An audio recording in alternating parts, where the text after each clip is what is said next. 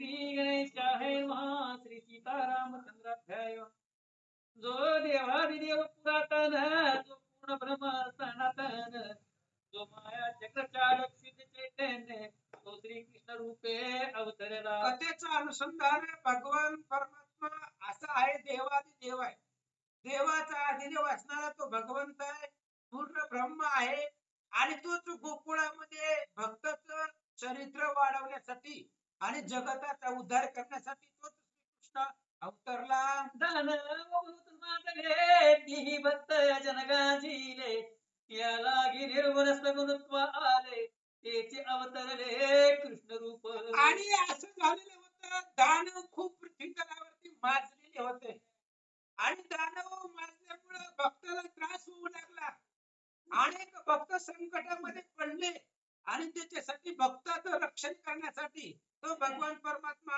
सगुण रूप धारण केला आणि तोच कृष्ण रूपाने अवतरित झाला वासने गंधर्व उन्मत तोची धृतराष्ट्र झाला सत्य गजयुत वरदभूत जन्मला वार्ष्णेय नावाचा गंधर्व आहे उन्मत्त झालेला होता आणि त्या गंधर्व शापामुळे पृथ्वी तलावरती तोच धृतराष्ट्र नावानं जन्माला गेला आणि ते असणाऱ्या धृतराष्ट्राकडं अद्भुत अशा प्रकारचं 10,000 हत्तीचं बळ त्या धृतराष्ट्राच्या अंगामध्ये होत आणि तो कौरव वंशामध्ये जन्माला दुष्ट कधी ते रूप सगळे ते दुर्योधन रूप जन्मले काम क्रोध मद मत्सर आगळे हृदय दयाच्या नांदती आणि सगळ्या कलियुगात रूप धरून जन्माला येतो म्हणजे दुर्योधन आणि तो असणारा दुर्योधन म्हणजे पापात्मक पापाचा पुतळा आहे त्या दुर्योधनाच्या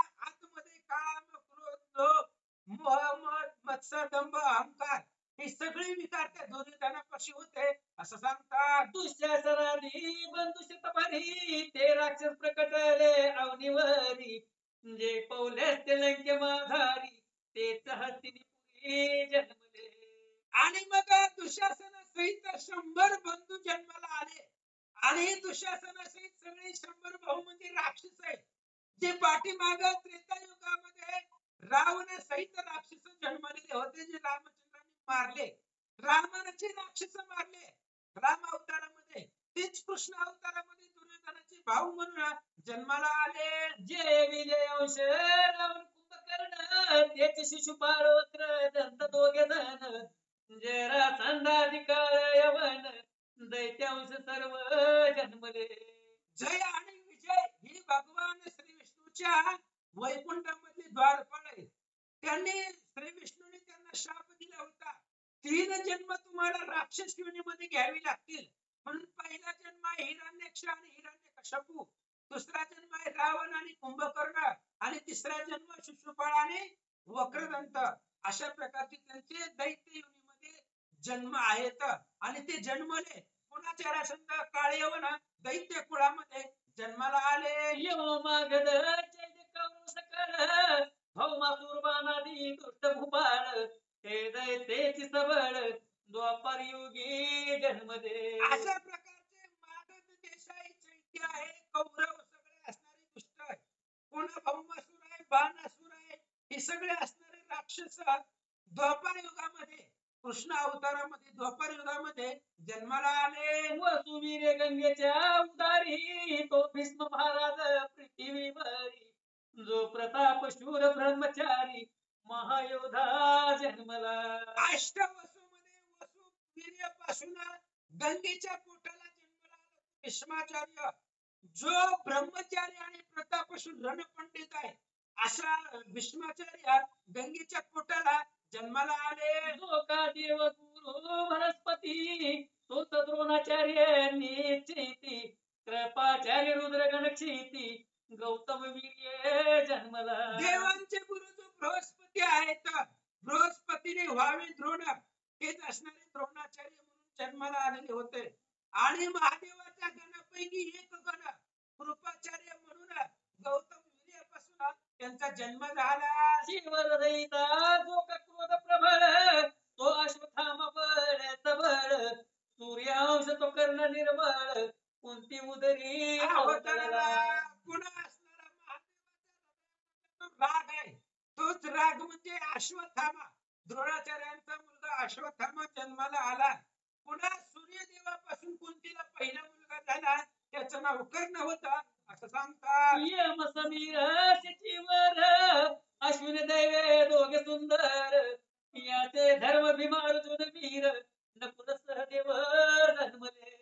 आणि मग पुन्हा यम, वायू आणि इंद्र आणि अश्विनी देव यांच्यापासून 5 पुन्हा धर्म भीम अर्जुन नकुल सहदेव ही 5 जण कुंतीच्या उदराला जन्माला आले. पंचसूर्य पृथ्वीवरी अवतरले कुंतीच्या उदरी उजळली सकळ धरित्री प्रताप तेजे आणि ज्याची. 5 जण म्हणजे 5 सूर्य प्रति सूर्य आहे आणि 5 जण कुंतीच्या पोटाला जन्माला आले आणि त्यांच्या प्रताप तेजानं ही सगळे असणारी पृथ्वी उजाळून गेली, प्रकाशमान झाली असं सांगतात. दुर्वास मुखे मंत्र समीरे फुंकून कुंतीच्या कर्णद्वारे पाचही दीप एक सरे पाजळले ते धरेवरी. आणि दुर्वास ऋषींच्या मुखामधून मंत्राचा उच्चार झाला आणि ते असणारे मंत्र कुंतीनं तिच्या कानानं ऐकले आणि त्याच्यापासून 5ही दिवे म्हणजे 5 प्रति सूर्य म्हणजे 5 पांडव पृथ्वीवर जन्माला आले. पतंग ते कौरव निश्चिती या पंचदीपावर झेपवती परी पक्षासहित भस्म होती राज्य लोभे झुंजता. आणि पतंग म्हणजे सगळे कौरव आहे आणि 5 रुपये ही पंचदीप आहेत आणि 100 रुपये 100 कौरव या दिव्यावरती झडप घालत असताना जळून भस्म होतील अशा प्रकारे सांगू लागले. श्री कृष्णा द्वारावतीची भवानी 5 दिवटिया हाती घेऊन ब्रह्मांड मंडपी गोंधळ घालून दैत्य सर्व रगडिले. आणि भगवान श्रीकृष्ण म्हणजे जगदंबा आहे, द्वारकेची भवानी आहे ती, द्वारकेमध्ये राहणारी ती जगदंबा आहे.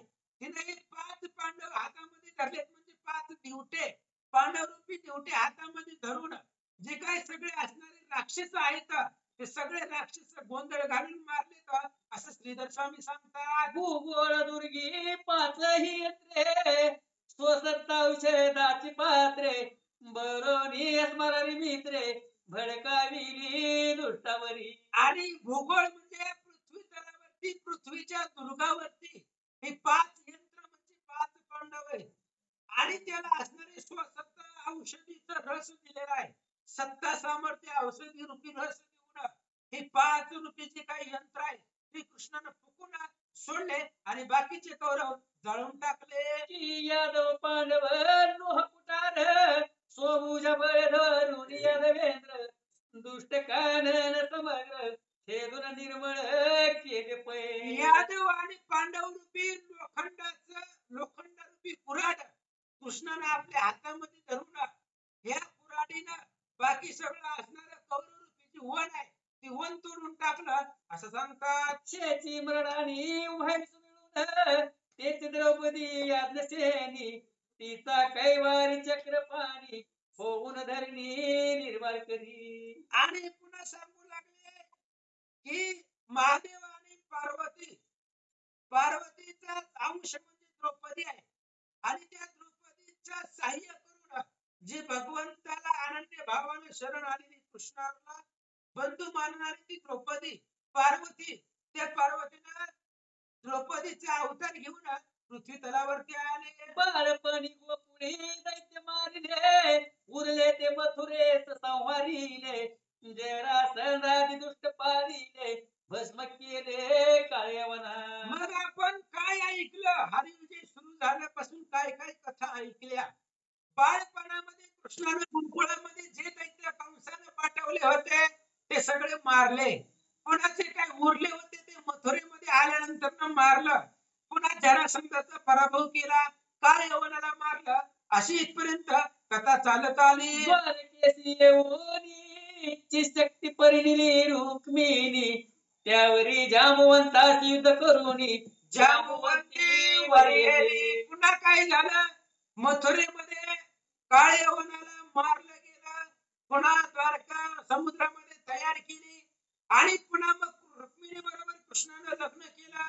जांबुवंता बरोबर युद्ध केला आणि जांबुवंती बरोबर लग्न केलं. त्यावरी सत्य भामा परुणी शतधनवा मारुणी घेतला म्हणी 25व्या संपताक्षणी कथा इतकी झाली.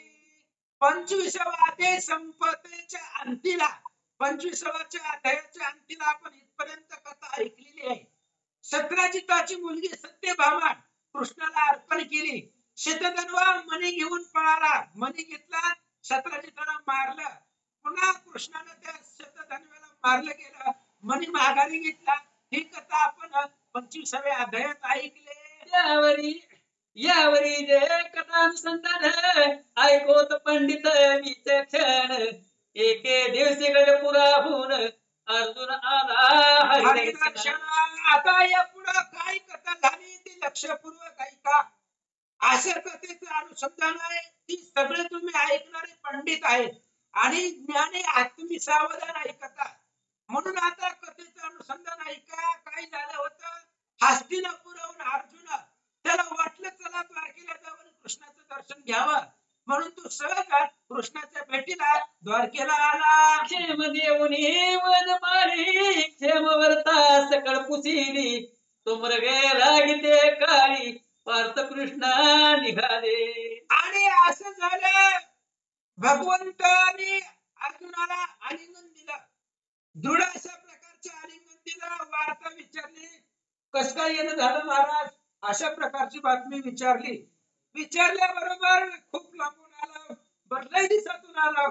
अशा प्रकारे विचारल्यानंतर पुन्हा रथावरती बसले आणि रथावरती बसून मृगयासाठी कृष्ण अर्जुन निघाले. एके रथी दोघे जण आरुढ रे कृष्ण अर्जुन नवे चतुरंग सैन्य घेऊन मधात चालले. आणि एके दिवशी असं झालं होतं, रथावरती आरूढ झाले कृष्ण आणि अर्जुन. चतुरंग सैन्य सोबतीला घेतलेला आहे आणि सगळं सैन्य घेऊन वनामध्ये निघाले. दारुक सारथी परम चतुर रथ चालवी समरी होऊन सत्वर क्रीडा क्रीडत श्रीकरधर यमुना तीरी पावला. आणि मग वाऱ्याच्या वेगानं रथ निघालेला होता. कृष्ण आणि अर्जुन रथावरती बसून क्रीडा करण्यासाठी किंवा वनामध्ये फिरण्यासाठी निघालेले होते. आणि असं क्रीडत क्रीडत फिरत फिरत कृष्ण आणि अर्जुन यमुनेच्या तीरावरती येऊन थांबले. मध्याना आला असे मित्र तो काली नितटी वारी जनेत्र तीरावरा हो क्षण मात्र वन विचित्र विलुकी तसे. आणि दुपारच्या 12 वाजलेल्या होत्या. सूर्य डोक्यावर आलेला होता. कडक ऊन पडलेलं होतं आणि थोडस बसावं म्हणून त्या यमुना तीरावरती कृष्ण क्षणभर थांबले गेले. थांबल्यानंतर जे काही वन होतं कालिंदी तटावरती ते वन डोळ्यानं पाहू लागले. कालिंदी तटी एक कामिनी परम सुंदर पद्मनयनी जीची ह्या गोष्टावरुनी देवांगना ओवाळी जे. आणि त्या कालिंदीच्या तटावरती एक स्त्री होती. ती स्त्री अतिशय सुंदर होती. अप्सरा, स्वर्गामधली अप्सरा उर्वशी रंभा तिच्या नखाची सुद्धा बरोबरी करू शकत नाही एवढी असणारी सुंदर स्त्री त्या नदीच्या किनाऱ्यावरती होते. सकळ लावण्य एकवटले कमल उदय हे रूप रचिले आसो श्री कृष्ण तिसविलोकिले मग बोले किरीटिसी. आणि ती स्त्री एवढी सुंदर होते. ब्रह्मदेवाने त्रैलोक्याचा सुंदरपणा घालून ती स्त्री तयार केलेली असावी अशा प्रकारचं तिचं रूप होतं. कृष्णाने तिच्याकडे पाहिलं. कृष्णाने अर्जुनाला जवळ बोलवलं. काय सांगतात म्हणे पहिलं ते कोण ललना कातप करीते आणि म्हणा कुळ वर्ण पुसले अर्जुना झडकर ये बागुता. आणि कृष्णाने अर्जुनाला सांगितलं पलीकडे बघ मुली एक स्त्री सुंदर आहे आणि तप करत बसले. मग तू जाऊन विचार तिला कशामुळे तप करते, तिला काय पाहिजे, कुठल्या फळामधले, कुठल्या वर्णामधले, कुठल्या गोत्रामधले असं विचारू लागले. श्रीमंतुनी वचन तिरुवळ्याला अर्जुन म्हणे कल्याणवती तू कोण तप किमर्थ करीत असे. आणि मग विचारल्याबरोबर अर्जुन तिच्यापाशी गेला आणि तिच्यापाशी गेल्यानंतर ना विचारू लागला तू कोण आहे. या कालिंदीच्या तटावरती तपश्चर्या करत बसले. मनामध्ये काय इच्छा आहे, कोणता हेतू आहे आणि कशासाठी तप करत बसले, अशा प्रकारे अर्जुनाने तिला विचारलं. आता विचारल्याबरोबर ती काय उत्तर देते. महाराजांनी ग्रंथ बांधून ठेवला, त्यामुळे आता बंद करू. काय ती उत्तर देते ते आता आपला टाइम संपल्यामुळे उद्या ऐकू.